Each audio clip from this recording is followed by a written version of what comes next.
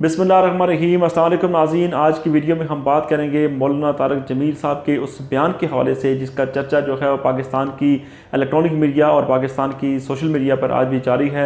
अब सवाल ये पैदा होता है कि मौलाना तारिक जमील साहब ने ऐसी कौन सी गलत बात कह दी थी कि जिसका इतना चर्चा किया जा रहा है, जिसके ऊपर इतना प्रोपेगेंडा किया गया, जिसके ऊपर इतनी ट्वीट्स की गई, जिसके ऊपर इतना चर्चा किया गया।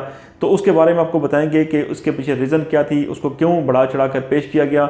उसके साथ साथ हम आपको बताएंगे कि जिन लोगों ने इसको बढ़ा चढ़ा कर ट्विटर पर और सोशल मीडिया पर उसको ट्वीट्स किया, इसको वायरल किया, उन लोगों की अपनी हकीकत क्या है, उन लोगों का ताल्लुक किस सियासी जमात के साथ है जो ये काम कर रहे हैं, और उनको मौलाना तारिक जमील साहब क्यों पसंद नहीं आ रहे। और उसके साथ साथ आपको कुछ ऐसे 2-3 क्लिप भी सुनाएंगे आपको, और आपको बताएंगे कि अगर इन लोगों से माफ़ी नहीं मांगी गई तो फिर मौलाना तारिक जमील साहब से माफ़ी क्यों मांगी गई। और मीडिया के हवाले से भी हम बात करेंगे कि मीडिया पाकिस्तान का कितना सच बोलता है, कितना झूठ बोलता है। इन तमाम इश्यूज़ के ऊपर बात करेंगे। तो इसका आगाज़ करते हैं। आपको याद होगा कि एक टेलीथॉन नशरियात हो रही थी प्राइम मिनिस्टर हाउस में, जिसमें कोरोना वायरस के हवाले से फंड रेजिंग की जा रही थी। वहाँ पर एक नशरियात हो रही थी। तो वहाँ पर मौलाना तारिक जमील साहब ने जब दुआ मांगी, तो दुआ के दौरान उनने कहा कि पाकिस्तान का जो मीडिया है, और उनने सिर्फ पाकिस्तान का मीडिया नहीं बल्कि उनने ओवरऑल पूरी दुनिया की मीडिया के हवाले से उन्होंने कहा कि वहाँ पर झूठ बोला जाता है और झूठ की वजह से बड़े मसाइल पैदा होते हैं। तो उसके बाद उन्होंने कहा कि एक बड़ा लीडिंग चैनल है, उसके एंकर ने, उसके मालिक से मेरी मुलाकात हुई और उसको मैंने कहा कि आप झूठ ख़त्म कर दें। तो उन्होंने कहा जी कि हम झूठ ख़त्म नहीं कर सकते लेकिन चैनल बंद हो सकता है। तो ये बात उन्होंने की, जिसके बाद जो सो कॉल जो लिबरल्स हैं और सो कॉल जिनका ताल्लुक, वो लोग जिनका ताल्लुक शरीफ ख़ानदान के कैंप से है, उन्होंने इसके ऊपर तनकीद करना शुरू कर दी, जिनमें हामिद मीर साहब भी हैं, जिनमें मुर्तज़ा अली शाह भी हैं, उनमें कामरान शाहिद साहब, अमार रसूल साहब, मंसूर अली खान, ये वो तमाम लोग हैं जिन्होंने उनके ऊपर तनकीद की और अपने प्रोग्राम्स में बैठ कर अपने ट्वीट्स के ज़रिए ये उन्होंने तासर देने की कोशिश की कि मौलाना तारिक जमील साहब ने पता नहीं पाकिस्तान की मीडिया की कितनी उन्होंने बेइज्जती कर दी, कितना उन्होंने जुल्म कर दिया, कितनी उन्होंने जुल्म की इंतहा कर दी। मौलाना तारिक जमील साहब ने एग्जैक्ट क्या कहा था वो आपको पहले सुनाते हैं, और उसके सुनाने के बाद हम थोड़ा सा आगे चलेंगे और आपको बताएंगे कि इन लोगों ने कैसे इस चीज़ को मैनिपुलेट किया।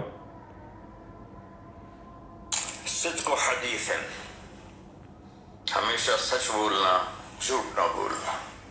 अब मुझे बताएं, सारे ये एंकर्स बैठे हैं, सारे हमारे वजीर आजम बैठे हुए हैं, हम कितना झूठ बोल रहे हैं, हम किस कदर झूठी कौम है। हम इस झूठ के साथ अल्लाह की बारगाह में कोई मकाम नहीं ले सकते। तो मेरे नबी ने पहली बात फरमाई, सिद्क़ हदीस, सच बोलना।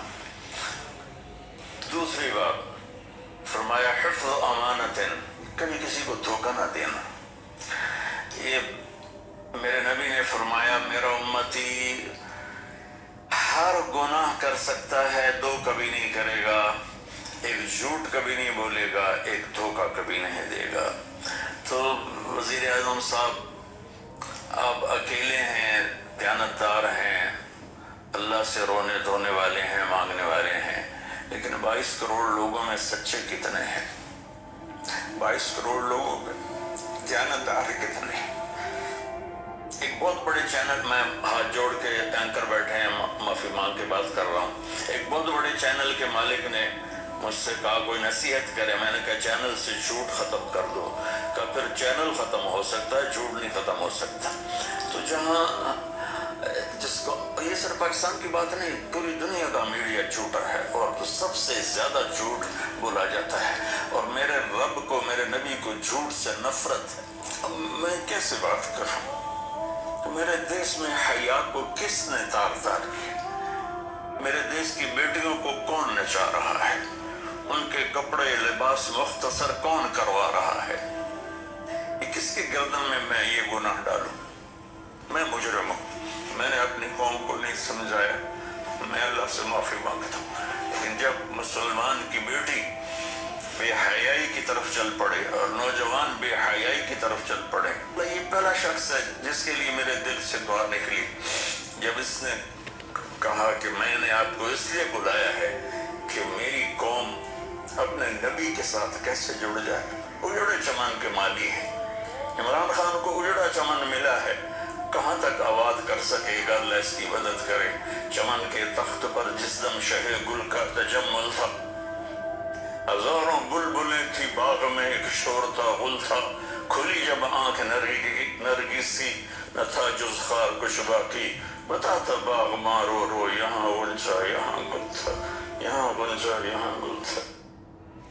अब आप नाज़रीन जब क्लिप आपने देखा, अब आप अंदाज़ा करें कि मौलाना साहब ने जब वहाँ पर जब बात की तो मौलाना साहब ने वहाँ पर ना सिर्फ पूरी दुनिया के मीडिया का जिक्र किया, बल्कि उन्होंने वहाँ पर बैठे हुए एंकर से माफ़ी भी मांगी। उसके बावजूद उन्हीं एंकर्स ने वहाँ से उठने के बाद उन्होंने जिस तरह से अपने टॉक शोज़ में जाके बैठ के उन्होंने बात की, उन्होंने तज़हीक अमेज़ उन्होंने गुफ्तगू की मौलाना साहब के बारे में, तज़हीक अमेज़ ट्वीट्स किए मौलाना साहब के बारे में, और मौलाना साहब की बात को उन्होंने जो है ना उन्होंने मनफी रंग देने की कोशिश की। अब मसला क्या है कि मसला ये है कि मौलाना तारिक जमील साहब जब ख्वाजा साद रफ़ीक साहब की तारीफ़ करते थे तो उस वक्त तो इन एंकर्स को कभी इनके ऊपर तनकीद उन्हें कभी नहीं की। और उसके बाद जब ये मौलाना साहब जब रायवेन में जब मिलने जाते थे नवाज शरीफ साहब से या दीगर जब सियासतदानों के साथ, परवेज़ मुशर्रफ के साथ जब मिलते थे तो उनके साथ जब मुलाकातें करते थे तो उस वक्त तो इन लोगों को कभी इन लोगों ने तनकीद नहीं की, क्योंकि इसकी वजह ये थी क्योंकि इस वक्त वो इमरान खान के लिए दुआ कर रहे हैं, वो इमरान खान की तारीफ़ कर रहे हैं कि इमरान खान जैसा लीडर जो है वो पाकिस्तान को कभी नहीं मिला। और इमरान खान की दुश्मनी में, इमरान खान के बुग़्ज़ में और शरीफ ख़ानदान की चापलूसी में ये जो काम किया जा रहा है, और मुझे बड़े अफसोस के साथ कहना पड़ रहा है कि हामिद मीर साहब बड़े एक सीनियर सहाफ़ी हैं, लेकिन जिस तरह का रवैया उनने इस दौरान अपनाया उनने उसकी बिल्कुल मिसाल नहीं मिलती। बिल्कुल उनने बिल्कुल बहुत ही नीचे जाके उन्होंने इस मामले को उन्हें उठाया, उन्होंने ट्वीट्स किए, इसके ऊपर गुफ्तगू की।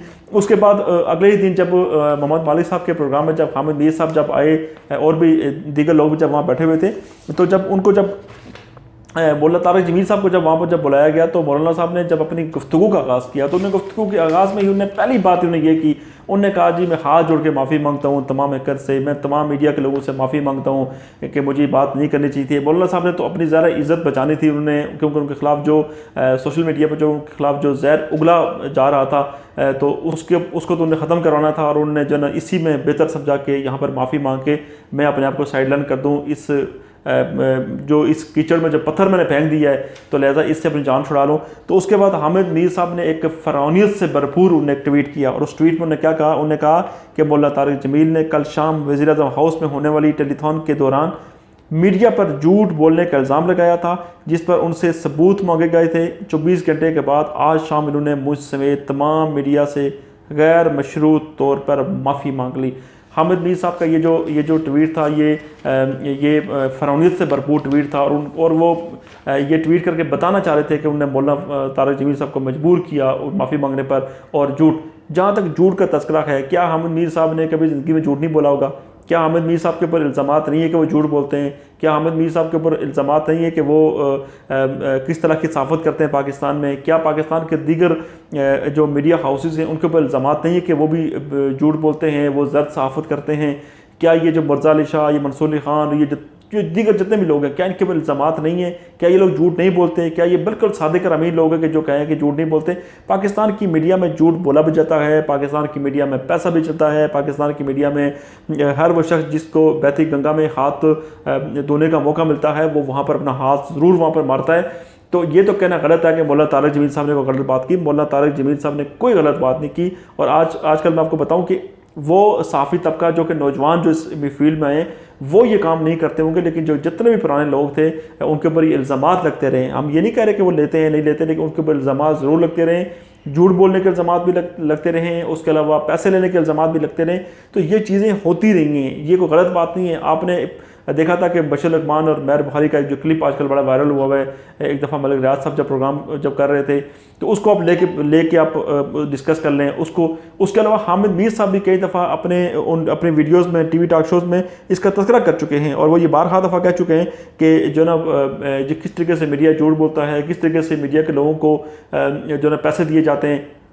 इनफैक्ट मैं सलीम साफ़ी साहब का क्लिप देख रहा था, सलीम साफ़ी साहब ने भी मुस्लिम लीग नून के ऊपर इल्ज़ाम लगाया। नसरुल्लाह मलिक साहब के एक पुराने प्रोग्राम में उन्होंने कहा कि मीडिया के लोगों को सबसे ज़्यादा पैसा तो नवाज शरीफ ने दिया, ये आदत तो नवाज शरीफ ने उनको डाली। तो ये तो कहना बिल्कुल ही गलत है कि मौलाना तारिक जमील साहब ने गलत बात कर दी। मौलाना तारिक जमील साहब ने कोई बात गलत नहीं की। हाँ, उनका अंदाज़ शायद کسی کو پسند نہ آیا ہو، ان کی بات کسی کو پسند نہ آئی ہو ذاتی طور پر، لیکن انڈیویجولی جو انہوں نے بات کی پوری میڈیا کے حوالے سے، سب لوگوں کے حوالے سے، تو وہ تو انہوں نے اس میں کوئی شک والی بات نہیں، انہوں نے صحیح بات کی۔ حامد میر صاحب ایک پروگرام میں بیٹھے تھے جاگ ٹی وی پر، ان کا کلپ آج کل بڑا وائرل ہوا، آپ کو دکھاتا ہوں کہ اس میں حامد میر صاحب کیا کہہ رہے ہیں اسی حوالے سے۔ اور میڈیا میں بھی جو مرکز اور پنجاب کی حکومت ہے، جو اربوں روپے کے اشتہارات کے ذریعے عام کوششیں کرتی ہے میڈیا کی، اور غیر قانونی سینٹر کیوں لگاتی ہے، اور اس کے میرے پاس ثبوت موجود ہے کہ واٹس ایپ کالوں پہ جو مریم نواز شریف صاحبہ ہیں، واٹس ایپ کالوں پہ پاکستان کے بڑے بڑے ٹی وی چینل اور اخبارات کو کس طرح کنٹرول کرتی ہیں، یہ ثبوت اب آپ کو کچھ آنے والے دنوں میں ملیں گے، نظر آئیں۔ لیکن واٹس ایپ کالوں کے ذریعے جو میڈیا کی مینجمنٹ کی جاتی ہے، اس سے بھی بہت بڑے بڑے مسائل ہیں، اور یہ بھی سامنے آئیں گے۔ تو شاید یہ جو بہت بڑے بڑے جمہوریت پسند اینکر اور صحافی اور اخبارات اور ٹی وی چینل کے مالکان ہیں، ان کو اپنی شکلیں دکھانی جو مشکل ہو جائیں۔ اب آپ اندازہ کریں کہ حامد میر صاحب خود کہہ رہے ہیں کہ وہ جو بڑے بڑے میڈیا ہاؤسز ہیں، بڑے بڑے اینکرز ہیں، جب ان کے خلاف جو ثبوت آئیں گے تو وہ شکلیں دکھانے کے قابل نہیں رہیں گے۔ تب حامد میر صاحب یہاں پر ان کو کیا مسئلہ ہو گیا، کیا ٹینشن ہو گئی۔ محمد مالک صاحب کو شاید وہ پروگرام یاد نہیں ہوگا جو انہوں نے ایک خادم رضوی صاحب کے ساتھ کیا تھا، اور خادم رضوی صاحب نے کس انداز میں ان کے ساتھ انہوں نے پروگرام کیا تھا، کس انداز میں انہوں نے گفتگو کی تھی۔ مولانا طارق جمیل صاحب نے تو بڑی شرافت کے ساتھ اور بڑے تمیزدارانہ انداز میں ان کے ساتھ گفتگو کی، ان سے معافی مانگ لی، ہاتھ جوڑ کے معافی مانگ لی۔ لیکن اگر مالک صاحب کو اگر ان کی اگر یہ بات اگر بری لگی تھی تو شاید ان کو وہ کلپ بھی نکال کے دیکھنا چاہیے تھا خادم رضوی صاحب والا، کہ خادم رضوی صاحب نے اس کے بعد ان کے بارے میں کیا الفاظ استعمال کیے تھے، کس طرح انہوں نے گفتگو کی تھی، اور جس طرح سے مولانا طارق جمیل صاحب کو بٹھا کے جو ہے نا ان سے معافی منگوائی گئی۔